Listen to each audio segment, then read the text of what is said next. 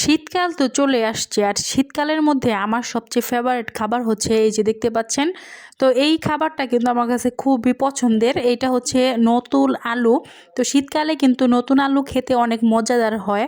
তো শীতকালে এই নতুন আলু, তারপর এখানে দেখতে পাচ্ছেন পেঁয়াজের যে কলিগুলা, পেঁয়াজের কলি, তারপরে লাউ শাক, এগুলা দিয়ে আজকে আমি শুটকি রান্না করব। তো হ্যালো এভরিওয়ান, আসসালামু আলাইকুম। যে যেখান থেকে আমার ভিডিওটি দেখছেন আশা করি আপনারা অনেক ভালো আছেন। আলহামদুলিল্লাহ, আল্লাহর রহমতে আমিও বেশ ভালো আছি। তো আজকে আমি দেখাবো আপনাদেরকে যে শীতকালীন সবজি দিয়ে আমি কিভাবে শুটকি সুন্দর করে ভুনা করি সেইটাই। তো এখানে দেখতে পাচ্ছেন এটা কিন্তু মানে অনেকে কাচকি শুটকি বলে, তো অনেকে চেলা শুটকি বলে, মানে এক একজন এক নামে। তো এই শুটকিটাকে আমি খুব ভালোভাবে গরম পানি দিয়ে ভালোভাবে ধুয়ে নিয়েছি বেশ কয়েকবার। তো যতক্ষণ পর্যন্ত শুটকিটা ভালোভাবে পরিষ্কার না হচ্ছে ততক্ষণ পর্যন্ত শুটকিটাকে আমি ভালো করে ধুয়ে নিয়েছি। তারপরে পরবর্তীতে কিন্তু আমি সব কিছু সুন্দরভাবে কেটে কুটে ধুয়ে নিয়েছিলাম, লাউ শাক, পেঁয়াজের কলি, আলু সব কিছু। তারপরে কিন্তু এখানে আমি সুন্দর করে শুটকিটাকে রান্না বসিয়ে দিয়েছি। এখানে পেঁয়াজটা যখন ব্রাউন কালার হয়ে আসছে তখন কিন্তু আমি হলুদের গুঁড়া, মরিচের গুঁড়া সব কিছু একসাথে দিয়ে তারপরে এইখানে শুটকিটাকে আমি হালকা করে ভেজে নিয়েছি। ভেজে নেওয়ার পরে কিন্তু আমি এটাকে ভালোভাবে কষিয়ে নিতেছি।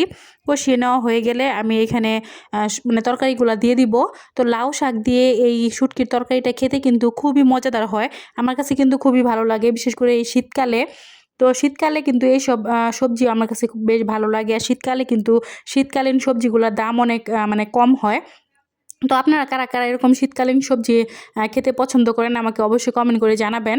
তো এই যে দেখতে পাচ্ছেন অল্প পরিমাণে কিন্তু রান্না করতেছি, অল্প জিনিস কিন্তু খেতে অনেক মজার হয়। তো শুটকি কারা কারা পছন্দ করেন অবশ্যই কমেন্ট করে জানাবেন। তো আমি কিন্তু মোটামুটি সব কিছুই কম বেশি খেয়ে থাকি। তো শুটকি আমার কাছে খুবই পছন্দের একটা খাবার। তো এখন কিন্তু আমি লাউ শাকটা নেড়ে চেড়ে দিতেছি, আর তারপরে কিন্তু এটা ভালোভাবে কষানোর জন্য দিয়ে দিব। তো বেশিক্ষণ লাগবে না, অল্প সময়ের মধ্যে যেহেতু শাক, তো সেই জন্য কিন্তু খুব অল্প টাইমের মধ্যে এই শাকটা আমার কষানো হয়ে যাবে। তো কষানো হয়ে যাওয়ার পরে কিন্তু আমি অল্প একটু পানি দিয়ে এটাকে মানে রান্নার জন্য বসিয়ে দিব। আর খুব কম টাইমের মধ্যেই কিন্তু এই তরকারিটা রান্না করা যায়। তো আপনারা কিন্তু এরকম করে খেতে পারেন। তো শুটকি না হলেও আপনারা কিন্তু মাছ দিয়েও এই তরকারিটা রান্না করে খেতে পারেন, শুটকি মানে স্কিপ করে আর কি। তো আমি শুটকিটা দিয়ে আমার কাছে বেশি ভালো লাগে, সেই জন্য কিন্তু আমি শুটকিটা দিয়ে রান্না করতেছি। এখানে যে লাউ শাকের ডাঁটা, তো ওই লাউ শাকের ডাঁটাগুলো আমার কাছে খুবই ভালো লাগে, শুটকি দিয়ে বলেন মাছ দিয়ে বলেন খেতে। তো এখানে কিন্তু রান্না একদম মানে একদম হাই হিটে রান্না হইতেছে, দেখেন কি পরিমাণে ধোঁয়া উঠতেছে। তো এই যে দেখতে পাচ্ছেন আমার কিন্তু শাকটা সুন্দরভাবে কষানো কমপ্লিট। তো এখন অল্প পরিমাণে ঝোল দিয়ে দিব, আর ঝোল দিয়ে কিন্তু ঢাকনা দিয়ে ঢেকে দেব। খুব কম টাইমের মধ্যেই কিন্তু রান্নাটা হয়ে যাবে। তো আপনারা যদি এরকম করে রান্না করেন তাহলে কিন্তু অনেক ভালো লাগবে খেতে। আর এটা কিন্তু খুবই পুষ্টিকর একটি খাবার, যেহেতু শাক।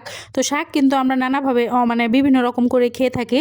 তো এরকম শুটকি দিয়ে যদি খেয়ে থাকেন তাহলে আপনাদের কাছে অনেক ভালো লাগবে, আর খেতেও কিন্তু এটা খুবই মজাদার হয়।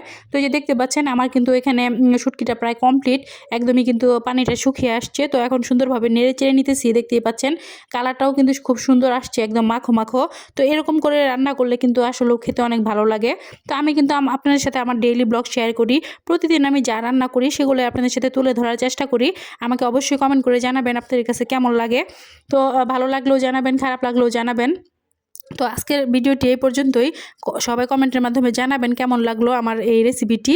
তো সবাই ভালো থাকবেন, আজকের মতো এই পর্যন্তই। আল্লাহ হাফেজ বন্ধুরা।